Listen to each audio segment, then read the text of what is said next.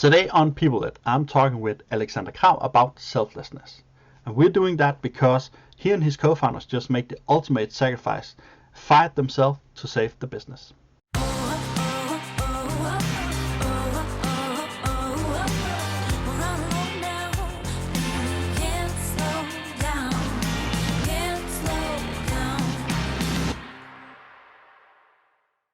Welcome to the show, Alexander. Thanks for having me. So we are going to talk about selflessness. Yes. And the reason I invited you onto the show is because I think that you and your co-founders in your company really made the ultimate sacrifice in terms of keeping the business afloat. But try to tell our listeners what are the story of Statum and what are the selflessness act that you actually have done. Well, if I should start backwards, due to Corona, Statum, our company, which is a digital recruitment agency, we found ourselves in a very hard situation where we lost almost 95% of our revenue from one month to another, and we have been a bootstrap company, so we don't have a huge investment in the bank. So ultimately, we had to cut costs and the founders, my two co-founders and I, we ended up actually letting ourselves go instead of letting our staff go, and that decision secured not only the company but also that we didn't have to fire anyone else. So that's like I think that's why you have invited me to the show today. But if I should start a little from the beginning to just put some few words on what we are and what we have been trying to do. As I said, we are a digital recruitment agency. We started out as a more of a digital platform.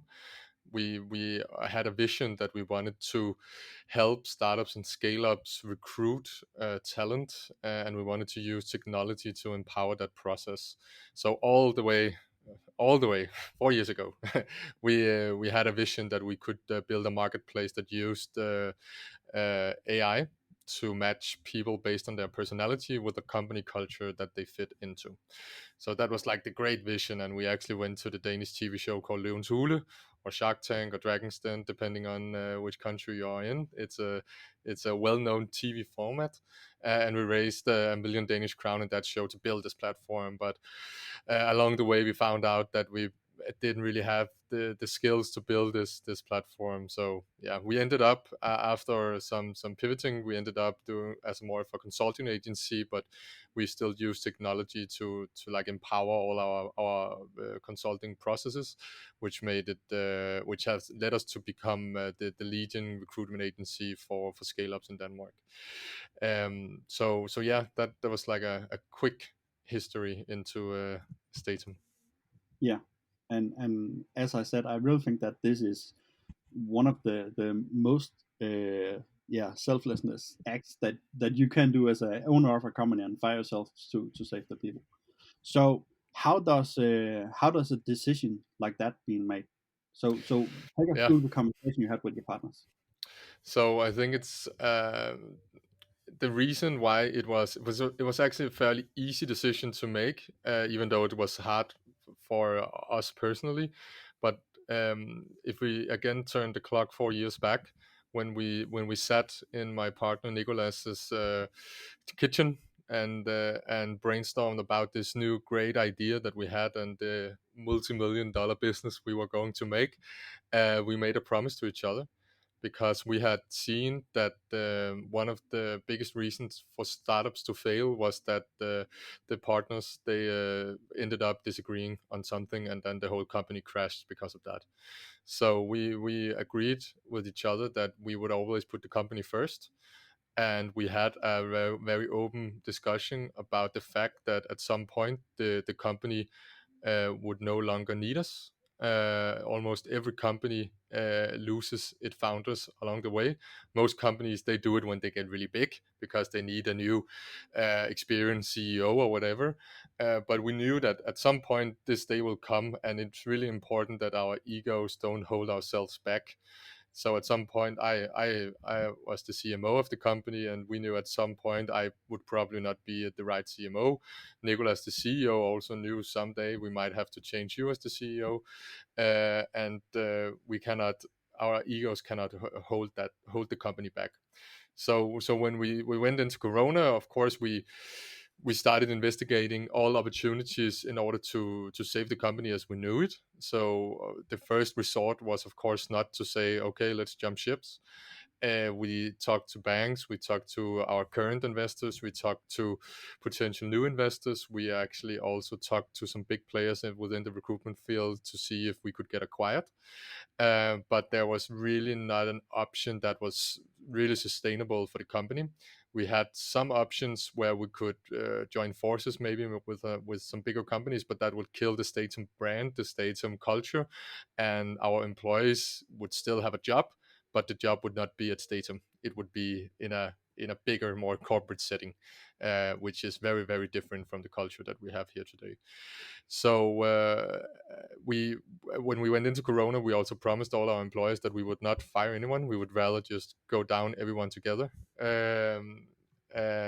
We would not sacrifice any of them in order to save our own jobs.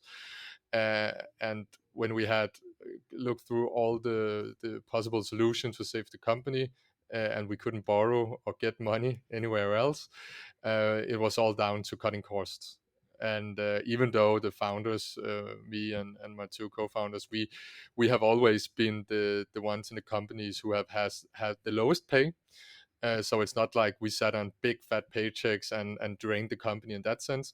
But we were 13 employees, but we were only seven full times. The rest was part times. So when you have three founders, we were almost half of the full time salary was on our shoulders. So we ultimately decided that we were the ones who were expendables. We were not a part of the like delivering the direct value to the clients anymore. Our great team were the ones sitting and solving all the recruitment tasks. We had positioned ourselves in the company as more visionary roles, where we looked more into developing technology in order to get the in order to try to change the consulting business more over to the original vision of the more platform based recruitment company. So it was lucky that we had put ourselves in a position where we could actually leave without damaging the daily operation. So that was a good thing that we were in a position to actually do that, and therefore it was also a hard but easy decision to make. All right. So you mentioned culture a couple of times, and one thing that springs to mind is that this must have been some kind of natural form of a bond in your culture of saying that we actually can do this, and then just operate further down the line. But it's also what I think, that when the three co-founders leaves, they take a lot of that culture with them, the protection of that culture that really massages it is into the company. And so if Statum is really to go to grow as a company, and further down here, not just keep alive, uh, who's going to take on that role, and how can you make sure it actually grows in the direction that you thought of when you formed the company? Well, I would say that me and my co-founders have, of course, been an important factor in establishing what type of culture we wanted in the company. But we have recruited people who fit into that culture, people who have formed the culture along the way together with us, and who are at this point probably more of a cultural drivers than we are. So of course it will do something to the culture that we are not here, but I don't see it as it will go in a bad direction, because the people that are working here today are a big of part of the culture as we are. Um, yeah, does that answer your question? Yeah, a part of it anyway, Yeah. because because you may be able to protect what is, but a part of the culture is also starting to develop to that Yeah, new point that you're actually going to. yeah, And with a visionary leadership of the picture, as you mentioned, you guys brought to the table, what are that vision that is left? yeah. Who is Oh, managing that vision, and yeah. how is that culture amplifying the road that the team must go on? Yeah. So actually, a year ago, we found ourselves in a position where me and Nicolas, who we are like the commercial co-founders, then we have Stefan, who is a developer, so he's doing the tech side. But a year ago, Nicolas and I looked each other in the eyes and said that we were spending way too much time in the operation. We didn't spend enough time on strategy and on moving the company in a more tech direction.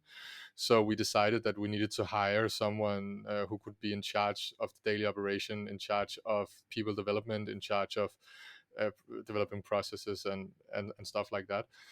So in order for us to move out and be more visionary and work more pushing the company, and we hired a guy called Michael, who has been a part of a scale up before, where he was a manager who helped grow that company from around 30 employees to 100 employees. So he had taken the journey before, and we knew that he were matching our cultural values a lot. Actually, he probably had stronger values, but in the same direction as we had. For instance, we have always really been keen to the fact that if you are a part of the company, you need to have a crazy learning curve. You really need to push yourself and learn new skills, and also push yourself personally. That has been like the thing we have looked for when we have hired a candidate. Has been, do you wanna, are you hungry for learning? But Michael actually had the same approach, but his approach was way more, and I wouldn't say extreme, but he was even more keen to it than we were. And we also have always done a big part of being transparent. So not hiding information from the employees, have employees involved in the strategy making, and just getting them really involved into the business and not hide things from them. But when we hired Michael, we actually learned that we were hiding some things, and he helped us become even more transparent. So I would say, and the good thing is that Michael is actually the one who is going to take over and drive Statum from this day forward. So he has been a really big part of moving our culture even more in the direction that we wanted it to be. So I have no worries whatsoever if he will be able to continue that trend. All right. So, your cultural values. Do we have something that reflects being selfless, or is it just a word that am putting on top of this conversation that is not being outspoken at your company? Well, we had never put that word on it actually, but and we haven't defined values that we have printed on the wall or something like that, or on our website. We have, of course, some themes that we are generally talking about because it's something that the management team believes in, and a part of that is that the companies come first, and that we work together as a unit instead of focusing on departments or individually. So the framework we works from is a framework that involves the whole company, not just marketing and operations and sales. And we don't have individual bonuses in the team, which is something that has actually been a struggle for us when we have had to recruit experienced people, because in other recruitment agencies they use a lot of individual motivation factors, and that just don't fit into our culture. So I would say that even though we haven't put it down on words, it really sears out through the company. We also have, throughout the corona, we have a lot of people who have worked for free. We didn't even ask them to; they just offered to do it because they wanted to put the company first. And so yeah, I would say it's a big part of our culture that everyone is very selflessness, and are putting the company before themselves. Yeah. Yeah, I think the bone thing that you're mentioning is also one of the things that you actually manifest, that you have this view on it, saying if we put in an individual bonus, we'll also fabricate that kind of behavior or culture that we don't want to have. So I think that there is something along the lines of the thought process you went through, and making the cultures and what you want to be as a company, that made it easier for you to yeah, to quit as founders, because I think Mm. that is one of the real hard things to do when you actually own a company, and just letting it go to let everyone else um, take over for you. Yeah, definitely, definitely. So what has been the responses to this? It's been very, very, very positive. We uh, we have always been very transparent, also from the outside. So it's not just a value internally. We have always shared our journey and our mistakes with our network and our community. Over the years, we have built quite a strong community, what you want to call it, on LinkedIn. And every time we have made a bit mistake, or also, of course, sometimes good news, we have landed a new client or made a new product or whatever. We have always shared it, and so people have always had like a little window to look inside the company. So when we made this decision, it also felt naturally to share it. We have some good relations with a startup media called Tech Savvy, who has been telling a lot of stories about our mistakes, mostly in the past, because we also feel it's important to share mistakes and not just startup success stories all the time.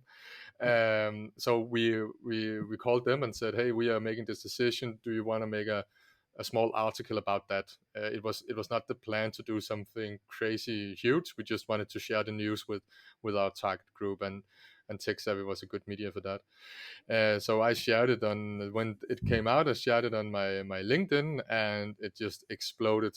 It had over 2,000 likes and reactions and 300 comments, and all of a sudden, all other media start picking up the story and called it a success story in in bad times and true leadership and stuff like that.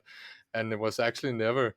I mean, we never had the discussion about if it was good leadership or what it was, or if it could put the company in a good spotlight or whatever. It was just generally what we thought would be the right thing for the company. But some people actually went the completely opposite direction and thought that it was a scam, that it was like a media stunt, or it was something that we just went out and said people, and that it was just, well, yeah, they are firing themselves for 1 month, but then they're coming back or whatever. So, but that's actually not the case. We are all out having job interviews with other companies right now and trying to find a job that we can work in for the next years, because there doesn't seems like there is going to be a room in the company for us anytime soon. All right. So maybe you didn't thought of this as, is this good leadership? But I actually think that if you can react naturally, instinctively towards those kind of decisions without thinking, that that is actually the signs of good leadership. Yeah, You know makes what I sense. mean? Yeah, it makes Yeah. sense. So if you have to think about, is this good or is this bad, then it's probably not the right direction you're going anyway. Yeah, makes sense. So, Good point. all right. So what's next for the company? How to proceed from there? You guys are still in the company somehow, and yeah, how long is this going to take before you leave at all? So we will of course never leave, or never. Maybe someday we will. But we are moving up into board positions. So we will still follow the company very closely, and we will still visit and talk to the guys a lot, and we will also participate in a lot of the social team building stuff that our company has a lot of culture for doing in on Fridays or in the weekend.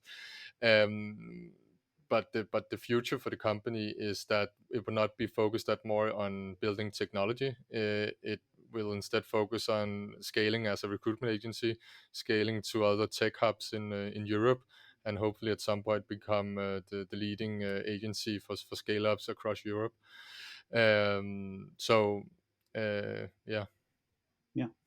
All right, but I think it's kind of funny of when you think of you are a recruitment agency, because you got to have a lot of experience of fitting of finding the right cultural fits to other companies. I know Yeah. scale ups and startups for once are crazy about this, and really bonding the culture before getting too large and all that stuff.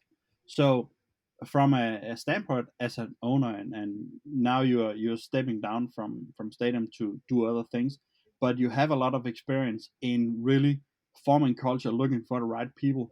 And while we're on the topic of being selfless as a person and putting that value forward, what are the how what are the advice that you could give out to anyone listening, saying, if you really want people who understand this, what did you look for in the people you hired, and then what are you traditionally seeing on the recruiting side of it? Oh, that's two big questions. I would say that mm, I don't believe that it will work for you to recruit people who are selflessness if you are not it as yourself, if you as a leader are not, because then you will just have friction in your company. You have to recruit people who fit into your mindset and your way of doing business.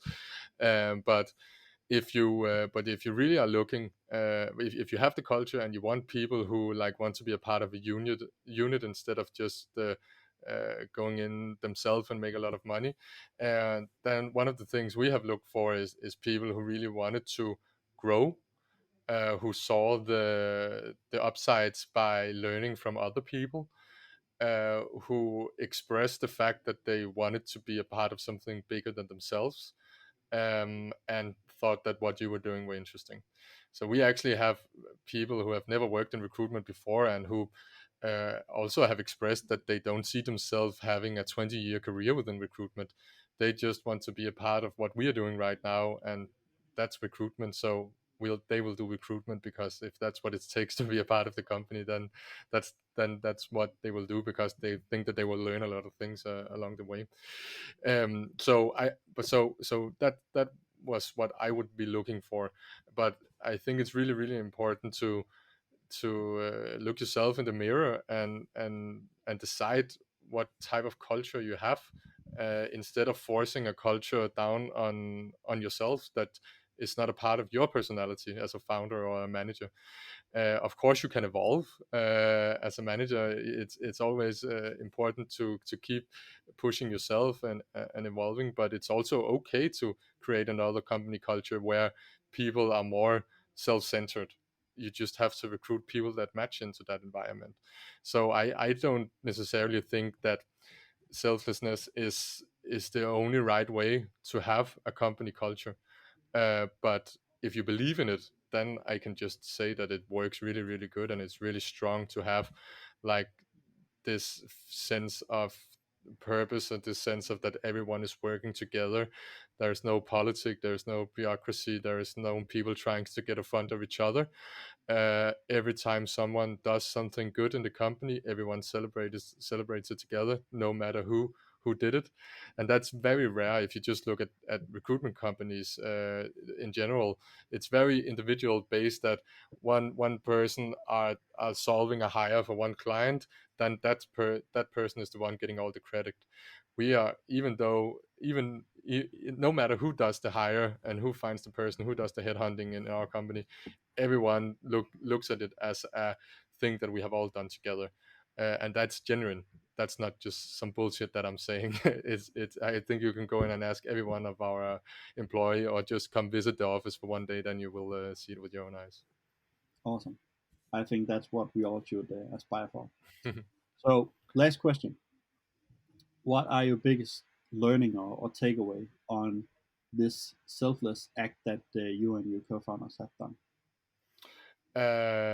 I think the biggest learning is probably how surprisingly rare apparently that type of decision is, because I could see from all the positive responses that it's, I mean, I know it's not normal, and I know that it's probably not the road that a lot of other founders would have taken.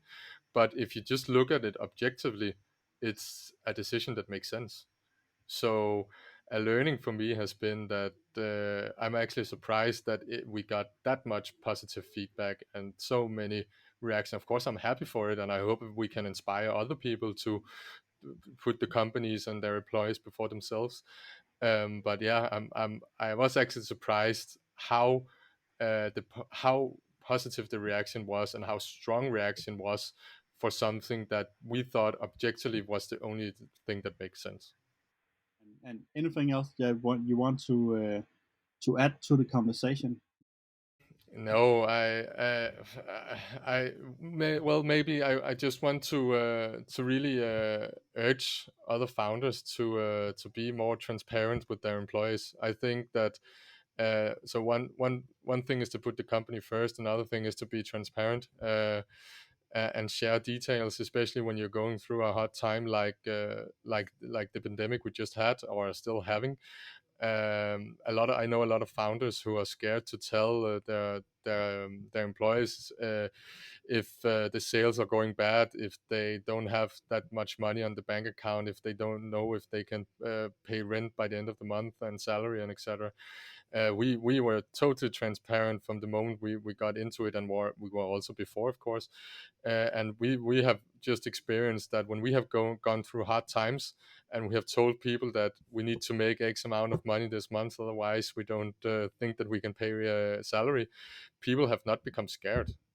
The other way around, people have worked closer together and just pushed through, because we have shown them the respect and the trust in letting them know the lay of the land, and then they have repaid by giving everything back to their workplace. So that's another, it's another topic, but I also think that founders and managers in general shouldn't be scared of sharing uh, scary details with their employees, because most employees can handle it and the reaction will be positive. Yeah, I totally agree.